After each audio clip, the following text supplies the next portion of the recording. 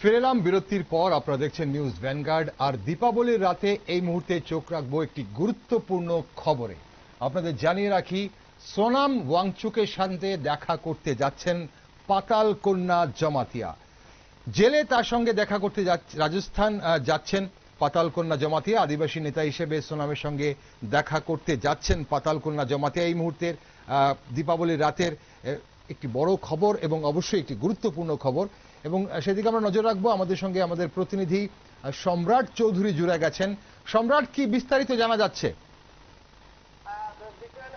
আজ সন্ধ্যায় যোধপুরের দিকে রওনা হয়েছেন রাজ্যের যে প্রাক্তন বিজেপির প্রাক্তন নেত্রী পাতাল কন্যা জমাতিয়া। তিনি রাজস্থানের যোধপুর জেলে আটক সোনম ওয়াংচুকের সঙ্গে দেখা করতে যাবেন। তিনি লাদাখে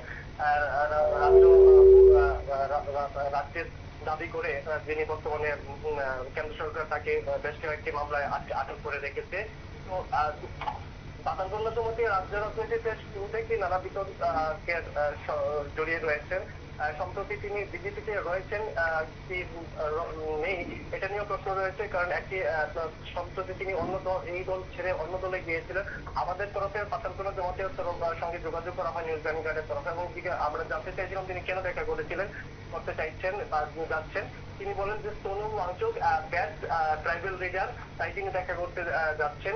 যদিও সোনম ওয়াংচুক বিষয়টি নিয়ে বিজেপির সঙ্গে একটি বিরোধিতা রয়েছে। অন্যদিকে পাতাল কন্যা জমাতিয়া রাজ্যে বিজেপিতে রয়েছেন কি নেই সে নিয়েও কিন্তু প্রশ্ন রয়েছে, কারণ পাতাল কন্যা জমাতিয়া তার নিজের দল তৈরি করে ত্রিপুরা পিপলস পার্টির পুনঃসংগঠিত করে কিন্তু দুই দলে রয়েছেন। অন্যদিকে বিজেপির তরফে তাকে একটি কারণ দর্শানোর নোটিশ দেওয়া হয়েছিল। সেই বিষয়ে কিন্তু দলের তরফে কিন্তু এখন পর্যন্ত কিন্তু কোনো সিদ্ধান্ত জানানো হয়নি। অসংখ্য ধন্যবাদ সম্রাট আমাদের এই গুরুত্বপূর্ণ খবরে আলোকপাত করার জন্য। দর্শক বন্ধুরা, আপনাদের আরো একবার জানিয়ে দিই, সোনাম ওয়াংচুকের সঙ্গে দেখা করতে যাচ্ছেন আদিবাসী নেত্রী পাতাল কন্যা জমাতিয়া। আদিবাসী নেতা হিসাবে সোনাম ওয়াংচুকের সঙ্গে দেখা করতে যাচ্ছেন বলে উনি জানিয়েছেন, এবং সেদিকে অবশ্যই নিউজ ভ্যানগার্ড নজর রাখবো। আগামী দিনে কেন উনি দেখা করলেন, কি ওনার উদ্দেশ্য, এবং দেখা করার পর দুজনের মধ্যে কি ধরনের কথা হয়েছে, সেই সব খবর আপনাদের সামনে অবশ্যই আমরা তুলে ধরবো। কিন্তু এই মুহূর্তে আজ আমি নিচ্ছি বিদায়।